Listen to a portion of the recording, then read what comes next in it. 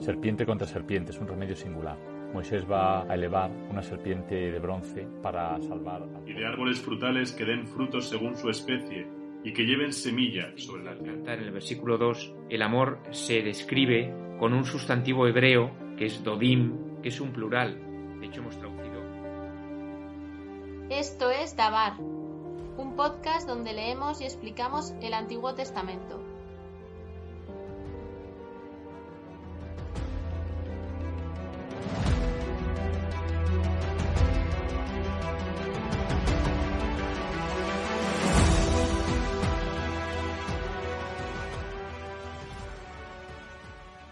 Hola a todos, bienvenidos a otro episodio donde seguimos nuestro camino a través del Génesis. Queríamos comentar dos cosas con vosotros. La primera es que en Spotify, la plataforma a través de la cual nos escucha más gente, tenemos a día de hoy casi 1.500 personas diferentes que nos han escuchado y casi 500 seguidores. Esto nos hace mucha ilusión y nos anima a seguir y lo queremos compartir porque es gracias a vosotros que escucháis y compartís el podcast. Por un lado, 500 seguidores no es demasiado, pero por otro lado, son 500 personas interesadas en escuchar y entender el Antiguo Testamento. Una verdadera minoría creativa. Gracias a todos. Os animamos a seguir compartiendo el podcast con gente a la que le puede interesar. El segundo punto que queríamos comentar es que nos gustaría hacer un episodio donde podamos responder a preguntas concretas que tengáis sobre el Cantar de los Cantares y sobre los primeros 11 capítulos del Génesis. Para ello os animamos a que nos enviéis vuestras preguntas a dabar.contacto@gmail.com. Las recopilaremos y cuando lleguemos al capítulo 11 del Génesis, en 3 semanas, haremos un episodio especial respondiendo a vuestras preguntas. Muchas gracias a todos. Continuamos nuestra lectura del Génesis con el capítulo 8, que procedemos en primer lugar a leer, y continuando con el relato del diluvio. Entonces Dios se acordó de Noé, de todas las fieras y de todo el ganado que estaban con él en el arca. Dios hizo soplar el viento sobre la tierra, y el agua comenzó a bajar. Se cerraron los manantiales del abismo, y las compuertas del cielo, y cesó la lluvia del cielo. El agua se fue retirando poco a poco de la tierra y decreció, de modo que a los 150 días, el día 17 del mes séptimo, el arca encalló sobre las montañas de Ararat. El agua continuó disminuyendo hasta el mes 10, y el día 1 de ese mes asomaron los picos de las montañas. Pasados 40 días, Noé abrió la claraboya que había hecho en el arca, y soltó el cuervo que estuvo saliendo y retornando hasta que se secó el agua en la tierra. Después soltó la paloma, para ver si había menguado el agua sobre la superficie del suelo. Pero la paloma no encontró dónde posarse y volvió al arca, porque todavía había agua sobre la superficie de toda la tierra. Él alargó su mano, la agarró y la metió consigo en el arca. Esperó otros 7 días y de nuevo soltó la paloma desde el arca. Al atardecer la paloma volvió con una hoja verde de olivo en el pico. Noé comprendió que el agua había menguado sobre la tierra. Esperó todavía otros 7 días y soltó la paloma, que ya no volvió. El año 601, el día 1 del mes 1, se secó el agua en la tierra. Noé abrió la claraboya del arca, miró y vio que la superficie del suelo estaba seca. El día 27 del mes 2, la tierra estaba seca. Entonces dijo Dios a Noé, «Sal del arca con tu mujer, tus hijos y tus nueras. Haz salir también todos los animales que están contigo, todas las criaturas, aves, ganados y reptiles, que se muevan por la tierra, sean fecundos y se multipliquen en ella». Salió pues Noé con sus hijos, su mujer y sus nueras. También salieron del arca por familias todos los animales, todos los ganados, todas las aves y todos los reptiles que se mueven sobre la tierra. Noé construyó un altar al Señor, tomó animales y aves de toda especie pura, y los ofreció en holocausto sobre el altar. El Señor olió el aroma que aplaca, y se dijo, «No volveré a maldecir el suelo a causa del hombre, porque la tendencia del corazón humano es mala desde la juventud. No volveré a destruir a los vivientes, como acabo de hacerlo. Mientras dure la tierra, no han de faltar siembra y cosecha, frío y calor, verano e invierno, día y noche.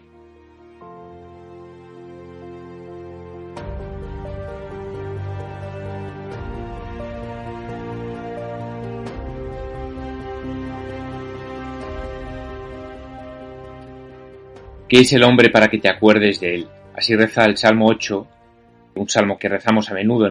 Pues dice el texto que Dios se acordó de Noé. Es un comienzo impresionante, ¿verdad? Para decir, Dios llevaba a Noé en el corazón. Aquí el verbo recordar significa salvar. Dios se acordó de Noé significa Dios salvó a Noé. ¿Qué es el hombre para que te acuerdes de él? ¿Qué es el hombre para que le salves? Para que te pongas en camino hacia él. ¿Y cómo le salva el Señor? Pues es muy significativo este pasaje, porque Dios hizo soplar un viento, dice el texto, el viento sobre la tierra. Es decir, Dios envía un viento. En hebreo, ruaj significa a la vez viento y espíritu. Tiene los dos significados. Dios hizo soplar el espíritu sobre la tierra, y el agua comenzó a bajar. Dios se acuerda de Noé, es decir, le desea salvar, y para ello manda su espíritu, su viento, el viento que sopla y que hace que las aguas comiencen a bajar. Es muy interesante esto porque recordamos el espíritu que aleteaba sobre las aguas justamente al principio de la creación, Génesis 1:2, el espíritu aleteaba sobre las aguas. Y también recordamos un poco más adelante la historia de la salvación, cuando Dios mande también el viento para dividir el Mar Rojo. Recordamos en Éxodo 14, Dios va a mandar también un viento impetuoso, un viento del oriente, que va a dividir el Mar Rojo en dos partes para que los israelitas puedan salir de Egipto, también en otro gesto de salvación. Es decir, el Espíritu de Dios, el viento de Dios, se sitúa como un evento de salvación, vinculado con la salvación de Dios, ¿verdad? Esto es muy bonito porque también recordamos el bautismo de Jesús, cuando el Espíritu también aparece en forma de paloma aleteando sobre las aguas y Dios de algún modo separa las aguas con ese cuerpo de Jesús que entra a las aguas y las divide. Es toda una simbología interesantísima, ¿verdad? El viento, el espíritu que salva a Noé, que salva a Moisés y que hace diviniza la humanidad de Jesús. Bueno, pues toda esta es la gran historia de la salvación, ¿verdad? Que comienza aquí en el diluvio con esta salvación obrada por el viento, por el espíritu.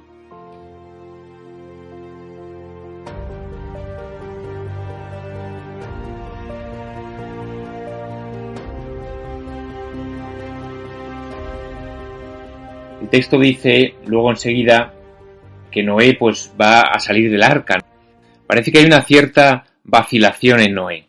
Es curioso el texto porque nos dice que Noé, bueno, pues primero manda el cuervo, luego manda por 2 veces la paloma, ya verifica que las aguas se han secado, pero no se atreve a salir. Y finalmente recibe la orden de Dios, sal del arca. Es curioso porque ya dice, el versículo 13 ya dice que el agua se ha secado, que ya no hay agua sobre la tierra. Noé podría haber salido en ese momento. Parece que permanece en el arca cuando ya la tierra está seca. Y está como aguardando la orden de Dios. Y entonces en el versículo 15, Dios le da la orden, sal del arca. Obviamente aquí recordamos la obediencia de Noé. Noé no sale del arca hasta que Dios se lo manda. Y manifiesta así ser un hombre obediente. Que en la tradición judía, en la tradición midrásica, hay una crítica a Noé por esta obediencia puntillosa. Y la tradición rabínica lo compara con Abraham. Y muestra a Abraham como el hombre que sabe ir más allá de la obediencia, mientras que Noé se queda en la pura obediencia. Y por eso pues hay una crítica, una cierta crítica a Noé en la tradición rabínica, ¿no? Os voy a leer un texto del Bereshit Rabbah, que es un comentario midrásico al Génesis, y dice así, dice, compara a Noé con Abraham. Dice que Noé caminaba con Dios, pero el texto dice que Abraham caminaba delante de Dios. Y dice así el texto, dice, Noé caminaba con Dios. El significado de esta frase se puede entender con una parábola. Es como un rey que tenía 2 hijos, uno crecido y el otro todavía pequeño. Al pequeño le dijo, camina conmigo, pero al adulto le dijo, camina delante de mí. Así sucedió con Abraham, al que Dios le dijo: porque ya eres plenamente perfecto, camina delante de mí. Pero a Noé, la Torá dice de él: camina conmigo. Es decir, que hay una crítica a esta obediencia de Noé como si fuera una obediencia infantil y todavía no ha alcanzado la madurez de Abraham, así lo leen los rabinos, como en esta comparación, dejando la obediencia de Noé como algo un poco, pues eso, de niño pequeño, ¿no? Yo, en cierto modo, comprendo el interés de esta lectura, que intenta hacer ver, pues eso, la necesidad de la creatividad, pero al mismo tiempo creo que aparece en el texto bíblico, en estos pasajes, pues una bondad también en la obediencia de Noé, que es como el deseo de ceñirse a la voluntad de Dios. Pues es esta obediencia segura que busca, de algún modo, la certeza de que Dios le está llamando, le está pidiendo salir del arca. Pero es verdad que la lectura rabínica es interesante y nos pone delante del posible drama de una obediencia que no se deje retar por la creatividad y por la iniciativa, que se conforme simplemente con esa sumisión a los decretos de Dios, sin que parta de él, también ocurre en los grandes personajes bíblicos, esa creatividad, esa iniciativa, esa disputa, en cierto sentido, con Dios, como va a suceder en Moisés, que disputa de algún modo con Dios para salvar a su pueblo.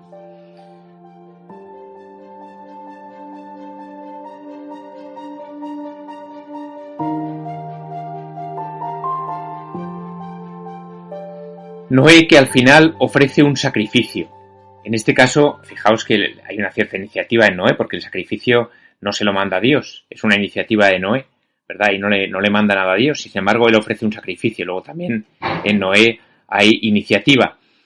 Cuando Dios huele el sacrificio, es como que esta idea de que los dioses se alimentaban con los sacrificios de los hombres, ¿verdad? Aquí está totalmente eliminada, pero de todos modos, cuando Dios huele el sacrificio de Noé, dice el texto que le agrada, le gusta, porque disfruta con este buen deseo de Noé.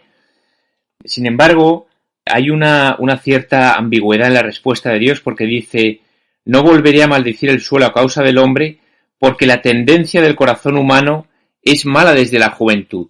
Es decir, que excusa al hombre, pero diciendo que en realidad el hombre es malo desde la juventud. Es interesante el argumento que los judíos dan el día del perdón, el día del Yom Kippur, jugando con esta palabra inclinación, que en hebreo se dice yetzer, y con la palabra alfarero o formador, que en hebreo se dice yotzer o yatzar.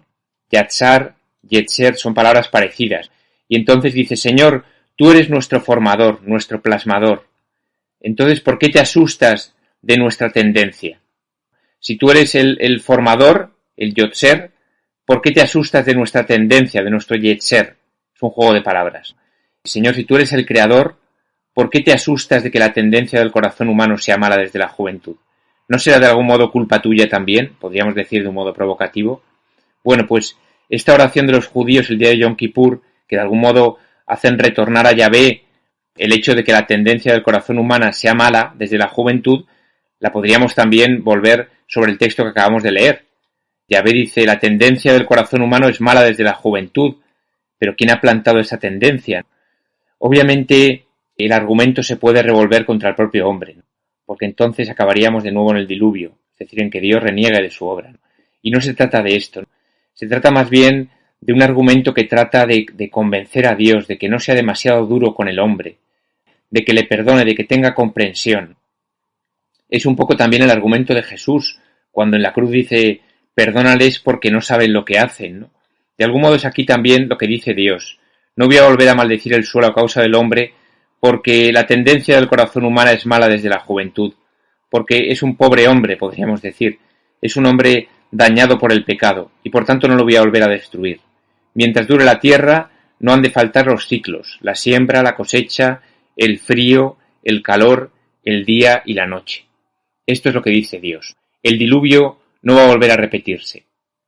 Es el último diluvio. Y a partir de aquí comienza una historia en la que Dios se va a mostrar siempre como el Dios perdonador. Evidentemente hay que tener atención a esto, porque que Dios perdone no significa que el perdón sea una especie de automatismo, como si Dios estuviera obligado a perdonar.